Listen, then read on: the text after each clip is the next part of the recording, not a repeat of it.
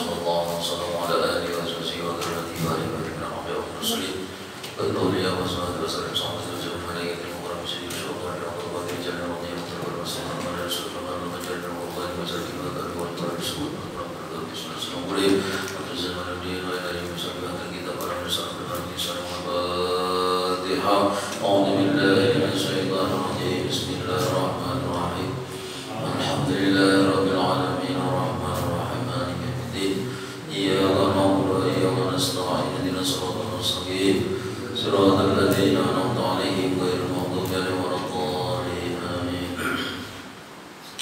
Assalamualaikum warahmatullahi wabarakatuh. Bismillahirrahmanirrahim. Alhamdulillahirabbil alamin. Allahumma shalli wa sallim wa barik ala sayyidina Muhammad wa ala alihi washabbihi ajma'in. Wala subhanaka la ilma lana illa ma 'allamtana innaka antal alimul hakim. Rabbi shrah li sadri wa yassir li amri wa hlul 'uqdatam min lisani yafqahu qawli. Saddid lisani wa hdi qalbi bi jahi nabi wa ali nabi sallallahu alaihi wasallam, amma ba'd. Bismillahirrahmanirrahim. Qala musannif rahimahullah ta'ala wa nafa'ana bihi wa bi jami'il ulumi fid dharain, amin. Maka kita wajib ridho dan menyikapi yang empat macam ini dengan sesuatu yang dituntut, yaitu empat macam nikmat, bala, taat, dan maksiat. Kita tidak pernah lepas dari empat perkara ini selama kita masih hidup. Yaitu pertama, kita nih selalu mendapatkan nikmat. Nikmat lapang waktu, nikmat sehat, nikmat mata, nikmat telinga, nikmat semua anggota tubuh masih berfungsi, itu nikmat. Yang kedua, kita ini kadang-kadang diberi Allah bala atau musibah, pasti tergantung masing-masing, tapi semua punya bala, ujian atau musibah. Yang ketiga, kita ditolong Allah mampu berbuat taat, sembahyang, bersedekah, berquran, baca Quran, bersolawat, berzikir, itu diberi Allah ketaatan. Yang keempat, kita ini diberi Allah diuji, kadang-kadang tergelincir ke dalam maksiat. Empat ini kita tidak bisa mengelak. Maka kita wajib ridho dan menyikapi yang empat macam ini dengan sesuatu yang dituntut. Kalau kita hari ini dapat nikmat dari Allah karena memang takdirnya demikian, kita wajib ridho dan menyikapinya dengan syukur. Jadi setiap hari kita mesti bersyukur, karena itu yang dituntut oleh agama atau oleh Allah kepada kita di dalam menyikapi nikmat yang kita terima. Wajib nih bersyukur. Hari ini kita masih diberi Allah kesempatan hidup, wajib bersyukur. Masih diberikan kita ini umur panjang, wajib bersyukur. Masih diberi Allah kesehatan, wajib bersyukur. Coba kalau kita menjenguk di rumah sakit, Masya Allah, kita pulang ke rumah akan mengucap Alhamdulillah. Di rumah sakit orang, di ruang ICU, di ruang ICCU, pakai monitor jantung, pakai infus, pakai inkubator, macam-macam. Ada orang cuci darah, ada yang patah tulang, ada yang Masya Allah. Nah, begitu pulang kita akan mengelus dada, Alhamdulillah ya Allah. Walaupun kadang tapi berduit, tapi sehat. Nah, itu luar biasa. Diberi Allah, diberi Allah. Jadi bersyukur karena itu yang dituntut Allah kepada kita dalam menyikapi nikmat yang kita terima. Dan takdir nikmat ini selalu ada kepada kita, jadi kita mesti bersyukur. Kadang-kadang kita hendak bersyukur, menunggu duit banyak, menunggu kadada urusan macam-macam, menunggu kita nih lapang dan sebagainya. Kita ini diberi sehat luar biasa. Banyak orang yang berduit tapi kalah nikmatnya dengan kita. Namun duitnya banyak, sibuk, urusan dunia sibuk. Kadang-kadang ada sempat makan, ada sempat kumpul di keluarga. Nah kita ini Masya Allah, hari-hari kumpul keluarga, anak-anak kita melihat dan sebagainya, Masya Allah. Dan itu kita wajib bersyukur. Yang kedua, bala. Sedangkan rukun syukur itu semalam, satu, meyakini nikmat murni dari Allah. Dua, menggunakannya nikmat itu ke jalan Allah. Tiga, kita mau berbagi. Empat, mengucap Alhamdulillah. Ini Alhamdulillah ini paling penting.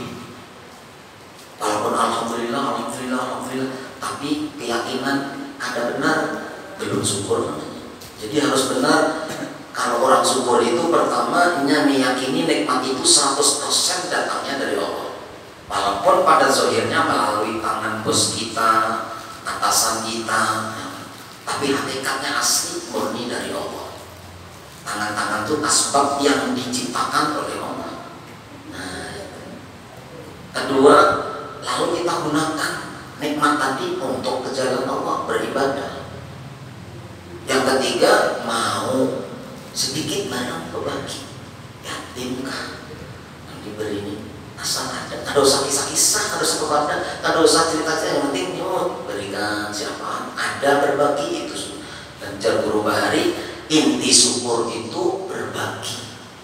Lalu Alhamdulillah itu nomor 4. Terakhir Alhamdulillah, sudah mengakui dari Allah nikmatnya, sudah kita pakai ke jalan Allah, sudah berbagi, baru Alhamdulillah. Ini ingat Allah kada, dipakai nikmat ke jalan Allah kada, berbagi kada, Alhamdulillah. Bahasa kasarnya dari Tuhan, muhak ujaran panjang. Nah, itu. Lalu yang kedua, bala. Bala itu pun selalu ada. Arti bala ini ujian. Bukan bala yang harus penyakit, orang kena bala mati, ada ujian, namanya bala itu ujian. Nah, kita wajib ridho dengan bala itu dan menyikapinya bisobri alaihi, yaitu dengan sabar atas bala itu. Karena kita sudah tahu semalam bahwa ujian dari Allah itu kehendak Allah kepada hambanya, dan kehendak Allah kepada hambanya itu ada dua. Ada yang disenangi nafsu atau yang sesuai dengan kehendak kita. Ada yang tidak disenangi nafsu, yang tidak sesuai dengan kehendak kita. Itu dari Allah, kehendak Allah. Yang disenangi nafsu, umpamanya, yang disenangi diri kita nih sehat, berduit, dihormati orang, banyak kawan, sukses. Ini sesuai dengan keinginan kita. Itu tajalli dari sifat jamalnya Allah. Yang dari Allah yang ada senang apa? Dari cari gawian kada dapat gawian, gajian luput, arisan kada dapat. Nah ini kada disenangi nafsu, ini terbit dari sifat jalalnya Allah. Nah, tapi kedua-duanya baik jamal ataupun jalal dari Allah ke kita, kehendak Allah itu baik. Garing itu lah, dari Allah diberi garing baik. Bisa jadi kalau garing kita nih kalau sakit banyak berzikir, rajin bangun malam, asal ada kenyaman awal, duduk malam, orang guringan kita mengetik tasbih, sallallahu, biar ada sembahyang, ada kawal. Nah, bisa jadi kalau kita garing tuh ingat Allah terus, berzikir terus, ingat mati dan sebagainya. Nah, dan itu lebih baik daripada sehat maksiat. Sehat kada kenal masjid, kada kenal majelis, kada kenal orang, kada kenal RKM, kada kenal apa-apa. Ngawur terus. Berarti garing itu lebih bagus cara Allah untuk diri kita supaya kita dekat dengan Allah. Nah, sehat pun bagus. Nah, itu. Jadi bala itu kita disuruh itu karena di balik bala itu ada hikmah 3. Nah, 1 diampuni dosa, 2 diangkat derajat di sisi Allah, 3 kita dijaga dari maksiat. Nah, bala. Jadi sabar ini pun wajib juga ketika kita lakukan setiap hari. Kadang-kadang kita diuji di luar, dihormati orang, disenangi kawan, bagus. Diuji di rumah tangga kita, bini kita, anak kita, ayo diuji oleh Allah. Itu ujian juga bala juga. Kayak apa kita sabar kan? Ada. Yang ketiga adalah taat. Kita wajib ridho ditakdirkan Allah melakukan taat, dan kita mesti menyikapinya dengan zikrul minnah, mengingat jasa Allah, nikmat Allah, pemberian Allah, dan pertolongan Allah kepada kita. Jadi kita berbuat taat, yang kita ingat taufiknya Allah. Karena taufiknya Allah kita mampu berbuat taat ini. Kalau seperti ini berarti kita sudah ada zikrul minnah, mengingat pemberian Allah. Jadi kan ada taufik, ada hidayah. Umpamanya dapat hidayah, terbuka hati, kepingin sembahyang, tahajud, itu hidayah, kepingin dibuka hati itu hidayah. Tapi kada dapat taufik, kada bisa menggawe. Taufiknya apa? Pertolongan Allah. Kita mampu mengerjakan ketaatan itu taufik. Makanya wabillahi taufik wal hidayah. Nah, kalau taufiknya aja ditolong Allah tapi hatinya tertutup, makanya perlu taufik dan hidayah. Nah, wajib kita bersyukur kita nih mampu jalan ke majelis, hidayah dan taufik dari Allah. Bila ada hidayah, ada taufik, ada sampai ke majelis. Berarti kita mampu berbuat taat itu pandang di situ lah, pandang kebaikan Allah, rahmatnya Allah. Nah, itu bahasa halusnya aja kan. Amun bahasa yang cesplok, pandang itu perbuatan Allah. Kan ada perbuatan kita. Ayo coba kita runtuh, kita berjalan diperjalankan Allah. Ayo. Mulai dari rumah nih. Pertama dibuka hati kita ya. Nah, malam Senin majelis itu berarti dapat tahu hidayah sudah. Lalu berjalan kawam taufik tuh. Lalu kita melihat di dalam hidayah ada niat bagus, lalu kawam berjalan menuju ke masjid, kita lihat itulah kebaikan Allah dalam garis miring perbuatan Allah. Ayo, kurang apa lagi? Wallahu khalaqakum wa ma ta'malun. Allah yang menciptakanmu dan apa-apa yang kau kerjakan itu adalah perbuatan Allah. Ya, ada lagi kita.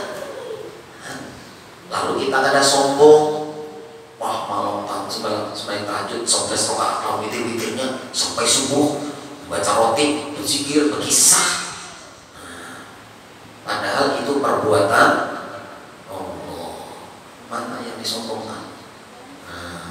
Jadi kalau kita berbuat taat, lihat itu lain gawean kita. Lain gawean kita. Kita apa? Ada isi gawean apa-apa. Hidup aja dihidupkan. Ayo. Melihat, diperlihatkan, dengar, didengarkan, bapandir ini. Amun ada di taufik Allah, ya kada bisa bapandir. Nah, itu kita supaya kada merasa bangga dengan amal ini, supaya kada tertipu. Ada orang tertipu semalaman beribadah, sekalinya parak subuh terguling, subuh pada sembahyang, tertipu namanya. Apalagi semalaman ngobrol aja. Ini semalaman ibadah waktu subuh yang wajib tak boleh ada sembahyang subuh, bangun jam 7, jam 8 hanya bangun. Nah ini tertipu ngarannya. Nah hati-hati kita. Jadi itu bukan petunjuk Allah, itu tertipu ngarannya. Nah, tertipu. Sangkanya nama semalaman itu sudah sudah. Sekalinya yang wajib, yang paling afdol sembahyang subuh berjamaah harus ditinggalkannya, rugi.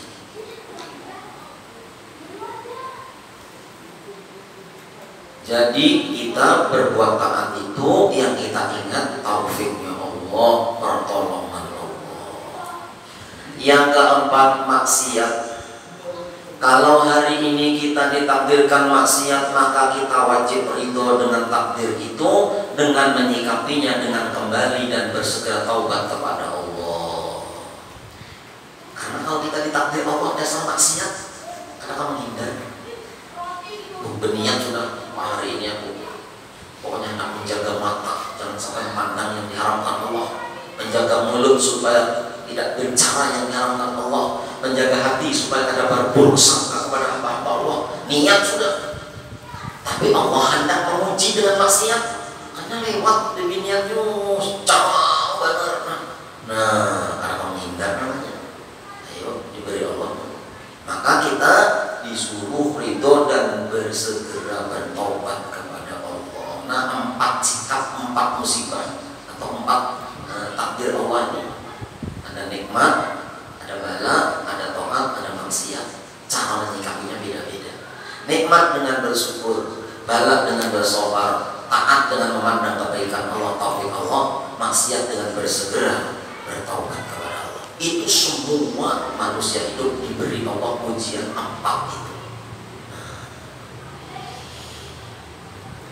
Jadi 4 hal itu termasuk dalam kandungan antu'mina bil qadari khairihi wa syarrihi, bahwa engkau beriman dengan takdir yang baik dan yang jahat.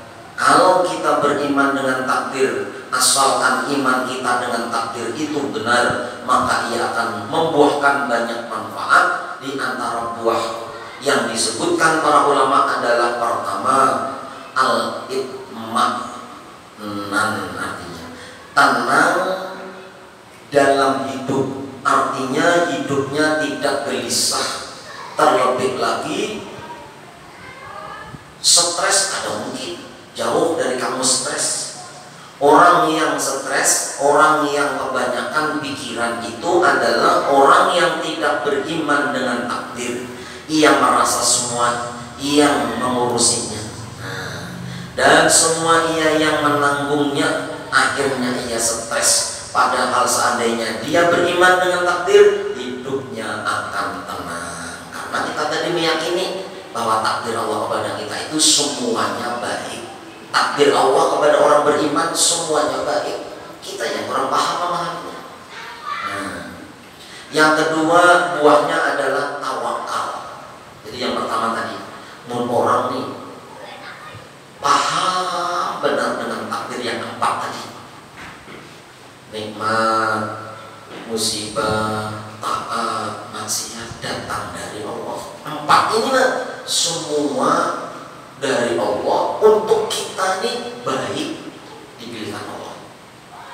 Dari mana aja musibah baiknya? Ya tadi kadang-kadang dengan musibah dihempas dulu, hanya ya Allah ampuni, hanya ya Allah menghadap Allah, hanya dia dekat dengan kawan, hanya dia dekat dengan orang miskin, hanya dekat dengan masjid. Ketika sudah dihempaskan dengan musibah, nah bagus benar.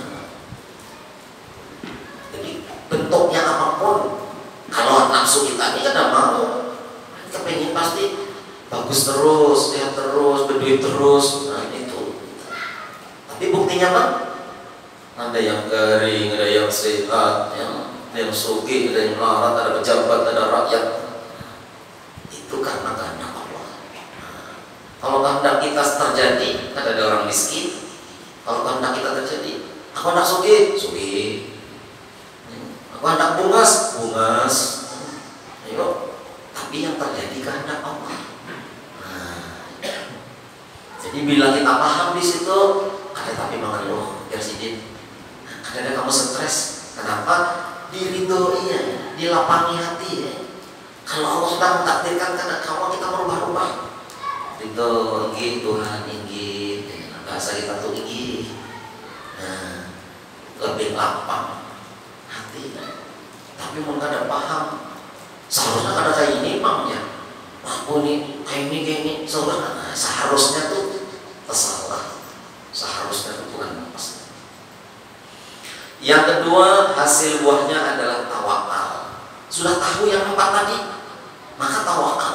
Orang yang beriman dengan takdir hidupnya penuh dengan tawakal kepada Allah. Nah, cuman tawakal tuh beda-beda lah. Ini pemahaman tawakal nih. Secara arti bahasa tawakal itu artinya ada yang berserah diri. Karena tawakal apa ya? Tawakal aja sama Allah. Berserah artinya. Tapi tawakal menurut literatur ilmu tasawuf itu paling nyaman dipaham itu apa? Minta dipilihkan oleh Allah, itu tawakal. Betul-betul tawakal. Minta pilihan Allah. Bila kita sudah tawakal nih, minta pilihan Allah. Anak sandal contoh, sandal di anak situ. Bismillahirrahmanirrahim. Ya anak sudah tawakal lain. Sekalinya anak mulik hilang sandal, itu yang terbaik. Kenapa? Karena itu pilihan Allah. Maka kita tadi minta pilihan oleh Allah. Ternyata pilihan Allah sandal hilang. Itu yang terbaik. Kenapa? Karena prosesnya sudah kita serahkan kepada Allah. Dan Allah memilihkan sandal hilang. Apa hikmahnya sekalinya Jarmini di rumah? Kenapa bang? Tulang bersandal, kulit kada bersandal. Tahu hilang sudah, biar waktunya sudah hilang. Nah, bukan hanya. Berarti hikmahnya ganti sandal aja, ya. Jangan hilang sampai beluang sandal baru ganti. Nah, itu contoh kecil aja bang. Nah, itu. Jadi kalau sudah melalui proses tawakal kepada Allah, hasilnya bertentangan dengan kehendak hati, kehendak nafsu, itu pilihan Allah yang terbaik. Semakin dekat kita dengan Allah saat itu. Tapi sebaliknya, mohon maaf, kita kada tawakal lawan Allah, tapi hasilnya kok sesuai dengan angan-angan. Itu namanya istidraj. Umpama anak-anak banyak di luar, kita bawa sandal hanya, sini lah 10.000 nah, tungguin sandalku di sini supaya kada hilang. Umpamanya, diikuti anak di luar, sambil pengajian selesai, pian tulik sekalinya, naman sandal pian, nah kada hilang kan? Kada tawakal lawan Allah, tawakalnya lawan anak-anak, dibayar 10.000 nungguin sandal, tapi hasilnya bagus, kada hilang. Taulah pian, walaupun hasilnya sesuai dengan harapan kita, tapi kalau prosesnya kada melalui tawakal, itu namanya istidraj. Apa itu? Lanjuran dari Allah semakin jauh dengan Allah. Kenapa? Kada percaya lawan Allah. Nah, hati-hati kita. Banyak kada tawakal-tawakalan kada bisa hilang aja. Kendaraan kada berkunci kada hilang ya. Kada tawakal Allah Ta'ala, itu lanjuran, hati-hati. Nah, makanya tawakal itu minta pilihan oleh Allah. Maka pilihan Allah itu yang terbaik. Dan orang kada bisa bujur-bujur tawakal kepada Allah sebelum dia adalah mengalami, ujar orang ikhtiar yang kepepet banget. Mama kayak orang kan kepepet nih, naik jukung, kedosakin ke laut, ke Sungai Kahayan aja, tapi banyunya landas banget, laju, lalu mesin mati, umpamanya larut dia tak balik, jukung, ada orang sama sekali, tenggelam dia, mati juga aku, pelampung kan ada, orang kanan kiri kan ada, sunyi, sekalinya buaya berpeparana, buaya. Nah ini sudah pepet ini ngarannya, baru ya Allah. Nah itulah yang namanya orang sudah terpepet. Hanya tawakal kita nih kadang awal bersifat mengalami sikap seperti itu kecuali wali-wali Allah. Wali-wali Allah tuh hari-hari terlepet, artinya apa? Sedikit tanpa sentuhanmu ya Allah, aku kada waktu. Sedikit sedetik tanpa rahmat kebaikanmu ya Allah, hancur diriku. Nah itu. Jadi hari-hari itu Allah aja yang dipasrahi, Allah aja yang dicanangi. Itu nonton wali-wali itu seperti itu kan. Kita ada mampu. Kita bujur ya ngomong, apalah kita wakil lawan Allah, tapi Pak duit banyak, beras banyak, dokter kemanakan, tukang urut kecil ada, tawakal lagu muha, banyak duit. Orang yang bertawakal tuh mamanya nih sudah ada apa-apa lagi, tetangga ada, hanya Allah aja. Tawakal itu Allah, nah itu lah bujur. Ini tawakal kawan banyak, tolong datangan orang. Tawakal di mana kita? Asli tawakal itu ketika kita sudah tidak ada lagi tempat bergantung, hanya Allah. Yang kayak tadi sudah tenggelam, muncul lagi buaya benar-benar. Ayo, ada orang sama sekali pelampung, ada makan darah benar, mati ya Allah, ya Allah. Nah itu hanya tawakal bujur. Kita kadang pernah mengalami kayak itu. Lalu paling kita umpamanya kapret-kapretnya kada dapat duit, WA kawan pinjam dulu 100. Ya ada tulang kawan tuh supaya silaturahim kada putus, pinjam dulu 100. Pak, gampang 100 sejuta yang gue jami. Coba mau sendirian itu kada ada tetangga, kada ada apa-apa. Nah itu baru tawakal dulu.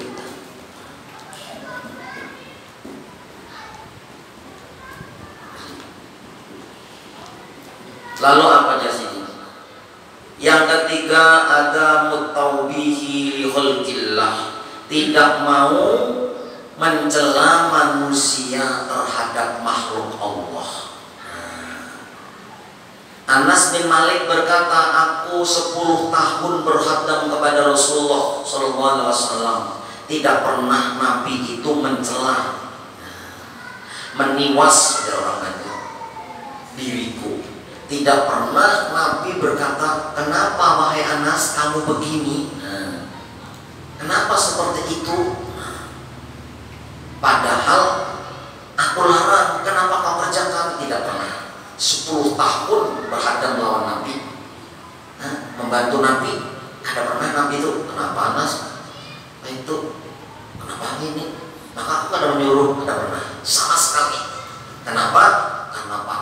Karena Rasulullah itu paham benar bahwa yang terjadi bukan kehendak makhluk, yang terjadi kehendak Allah. Bila kita marah lawan kejadian itu, berarti marah dengan Allah. Menyalahkan orang, menyalahkan Allah. Itu berarti orang terhijab, terdinding dengan Allah. Nah ada di mata, di hatinya cuma makhluk. Melihat di masjid kena bersih, main Pak Lukman rajinnya muji. Kena masjid kotor, dasar pengoler Pak Lukman. Jadi yang dipuji makhluk, yang dimarahi, yang dihina, diremehkan makhluk, yang masuk ke hati makhluk. Akhirnya semua masuk ke hati, tambah sumpah hatinya, karena yang masuk itu makhluk. Coba kalau yang melihat Pak Lukman rajin, dalam hati lain gawian makhluk, rajin itu adalah perbuatan Allah. Memuji boleh, tapi hati kada terdinding lagi dengan Allah. Sudah paham itu pertolongan Allah, itu gawian Allah melalui Pak Lukman. Jadi terima kasih Pak Lukman, berarti sudah berterima kasih kepada Allah. Ini langsung Pak Lukman dipuji, ada memandang kebaikan Allah, terhijab, terdinding dengan gawian Allah, terdinding dengan kebaikan Allah. Akhirnya yang masuk ke hati. Makanya dunia itu jangan ditaruh di hati, supaya masuk ke hati cuma Allah dan Rasulnya aja. Hati itu kayak rumah. Rumah tuh amun semua dimasukkan barang kita ke rumah, sabar. Umpama dia bisa helikopter masukkan kamar, dikelabui, ada pas. Ya sudah motor ke ruang tamu, sepeda tinjak dapur, di situ panci campur cawat, campur BH, mana melihat kayak apa? Ayo, sabar. Ada tenang, mobil tuh digaransi, helikopter di lapangan sana, kan kayak gitu. Kendaraan di luar juga, nah masuk di rumah itu ya barang-barang dalam. Kayak itu juga kita, amun semua bini di hati, anak di hati, mobil di hati, kendaraan di hati, rumah di hati, Allah kadang di hati, kadang pernah tenang. Pasti semakin sumpah kalau hati dipenuhi dengan dunia. Nah itu orang terhijab. Tapi bila dilihat yang dilihat adalah gawian Allah, akalnya Allah, kisahnya Allah, kesempurnaan Allah, tenang aja. Ada mau sakit hati, ada mau stres, apa aja yang terjadi. Marah itu karena tuntutan syarak aja. Kenapa? Karena sembahyang wajib, tapi hati sudah apa? Ini sebetulnya kehendak Allah. Tapi aku secara syariat harus menegur sembahyang. Nah, hati tapi sudah jangan lawan takdirnya Allah. Sudah ditegur-tegur dari sembahyang, dasar takdir Allah juga. Aku kadang mampu apa-apa. Tapi kewajiban terus. Jangan didiamkan. Melihat orang maksiat, johir, namun kita mampu, wani lagi, ada utampar semua. Wajib secara syariat, hati dasar dikehendaki Allah. Dan mereka bertobat kepada Allah. Nah, jadi pandangan johir lawan pandangan hakikat beda. Secara johir syariat harus berlaku, marah wajib. Melihat kemungkaran wajib marah. Kalau mampu, kalau ada mampu di hati aja menolak. Tapi pada hakikat semua yang terjadi kehendak Allah, menjadi pelajaran kepada kita. Nah kita kadang terjun ke maksiat, kita bisa taat, disuruh bersyukur kepada Allah. Lapang hidup ini memang paham lawan Tuhannya, paham lawan takdirnya, kita sakit hati. Karena yang terjadi pada kita itu yang terbaik, tergantung kita menyikapinya.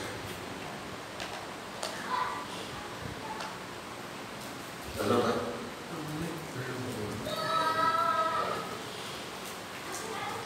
Jadi yang ketiga tadi tidak menyalahkan manusia. Nah, gara-gara ikam lambat ya. Jangan ada lambat ikam payu, ada rahmat mungkar tadi ikam lambat buka warung. Ada usaha gitu tuh. Ternyata itu menyalahkan manusia berarti sama kadar itu dengan aturan Allah. Ini kan orang terjadi memaham dengan takdir sampai ya. Gawian Tuhan juga. Kalau kita beriman dengan takdir, tidak ada istilah kita menyalahkan manusia atau makhluk Allah. Ini mohon maaf, mandir nih yang mandir prakteknya. Nang ada nesarik terus diri, ini kena nyambati bro. Padahal kita menyambati ujung dosa saja. Kadar itu dengan aturan Allah. Yang keempat, buah beriman dengan takdir Allah adalah izlaku babis syaitani bi'in walau, menutup pintu syaitan dengan jikalau dan seandainya. Nah ini kata syaitan, ini kata syaitan, karena kamu mengambil jalan di sana maka kamu seperti ini. Seandainya kamu mengambil jalan di sini, tidak akan seperti ini ceritanya. Itu setan. Jadi kita membisikin orang, mamanya dapat ini, jar setan. Semalam ini kan ada umpat, Pak. Ada dapat, kan? Nabahnya dapat kalau jadi tim sukses. Umpamanya, kamu udah umpat, Pak, jar setan nih. Seandainya jikalau itu bisikan setan. Makanya jar Nabi, wailun wailun wailun lima yakulu kaifa lima wa kaifa. Celaka celaka celaka bagi orang yang mengatakan kenapa dan bagaimana. Dikit-dikit kenapa, dikit-dikit kayak apa. Nah itu adalah celaka. Ada boleh kita percaya dengan takdir Allah, ada usah berkaifa atau lima atau bagaimana atau kenapa, ada usah. Berarti kada percaya dengan aturan Allah. Lalu akhirnya apa? Aturannya kan ada kayak ini bang ya. Aku nih modal banyak, warung gana, aku jual murah lagi. Kenapa yang lainnya laris, aku kada laris? Aturannya aku yang laris. Nah itu salah. Jangan aturannya. Namun aturan Allah. surat Al-Fatihah. Alhamdulillah Ya Allah ya Allah sallallahu alaihi wasallam.